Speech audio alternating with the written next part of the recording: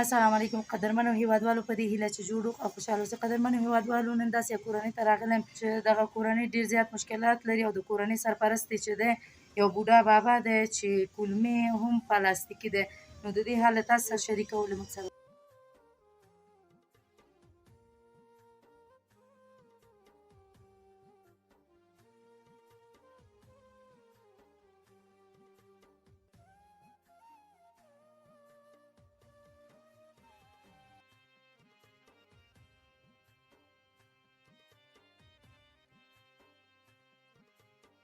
السلام علیکم.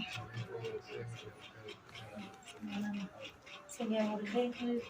مورکۍ ستاسو ادرس چا راکړی و چې ستاسو مشکلات ډېر زیات دی، نو موږ راغلو چې ستاسو حال خپل هیوادوالو سره شریک کړو. څه مشکلات لري؟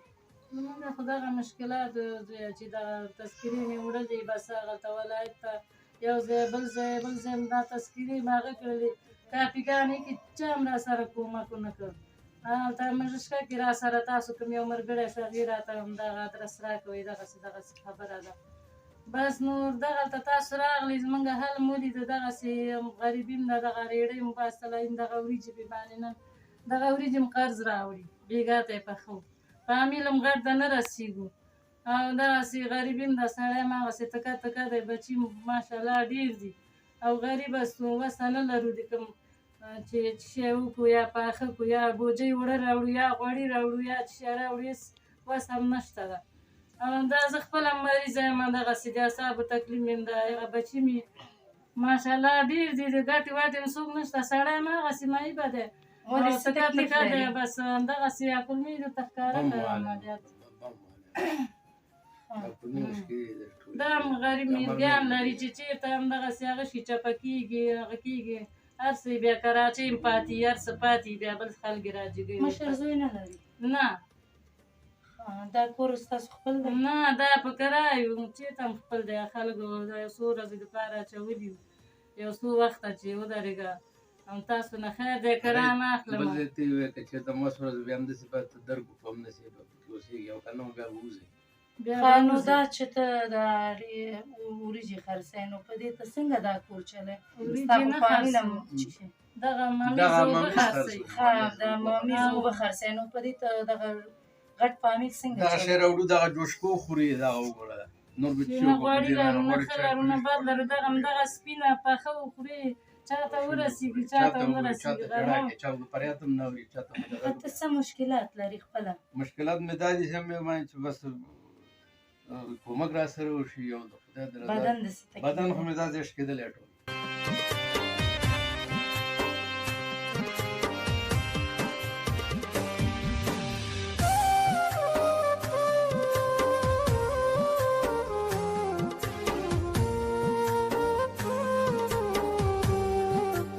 بعضې وخت کې بیخي داسې هغه شوم، یو دم داسې جام شوم، همداسې ووتې بیا نو هېڅ هم نشم کولی. نو څه بیا بله ورځ هم دا ریړۍ چپه شوې وه، دا په څه شوي دي؟ دا بم باندې شوي دي، بم باندې بم والی موټر کې ناست وم، بس روان وو، بم وو لاره کې، بس ویولو، بیا غوږونه مې پردېش کې دي، دا اعصاب یې خراب شوي، کار هم صحیح نشم کولی. بس خو دغه کوو، نو بس خپل بس کوو، ځو وځو، بس دا غرمه کې بېرته راځو، کله خرڅ شي کله خرڅ نه شي، کله همداسې پاتې شي،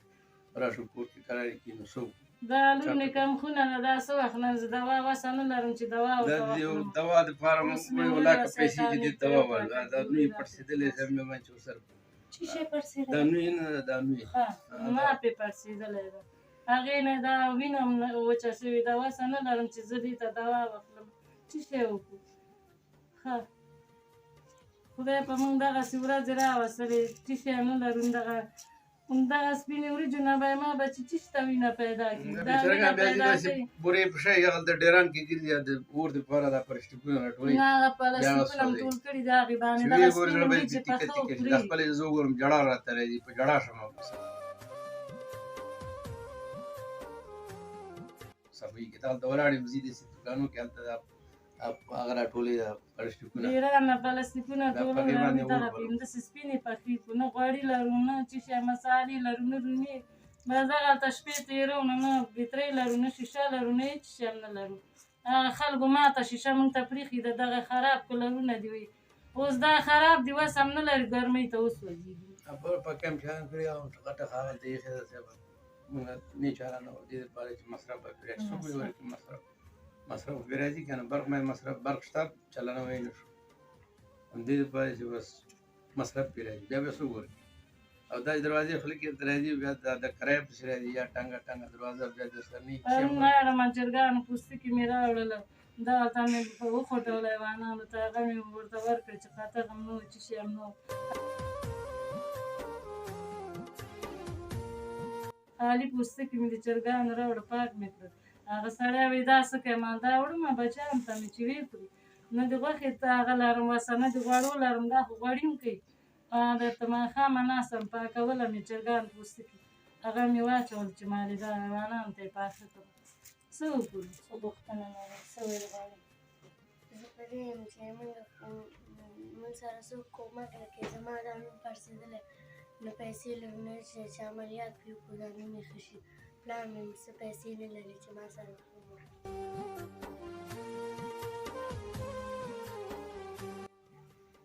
خاموش جان ته څه ویل غواړې هغه هېوادوال چې ستاسو غږ اوري څه هیله لري زه دغه هیله لرم چې د الله رضا دپاره دغسې موږ سره کومک وکړي دغه سړی مې دغسې حال دی موږ په دې حال بچي مې په دې حال دغه زوی مې دی مریض دی سر درد لري ته وګوره څه رقم زیړ پیر دی د دې وسه نه لرم چې دوا ورته والم دا وګوره په سر نن هم پروته پړ مخې وي دا سر مې ډېر خوږېږي ټول دغسې څه چې پیسې نه لرو چې یو نسخه دوا بچیانو ته وخورو د الله رضا دپاره موږ سره کومک وکړي چې دغسې نه اوړه لرو نه غوړي لرو هېڅ هم کور کې نه لرو نه پیسې لرو چې دوا ورته وخورو دغسې د الله رضا دپاره موږ سره کومک وکړي څوک زه دغه غواړم بابا ته څه ویل غواړې بس به داسې دغسې ده بس خدای پاک رحم وکړي که چېرته خدای پاک یو مسلمانان یو رحم وکړي یو هغه وکړي مېرمن سړي باندې نو دا به غټه صدقې دی ځکه چې موږ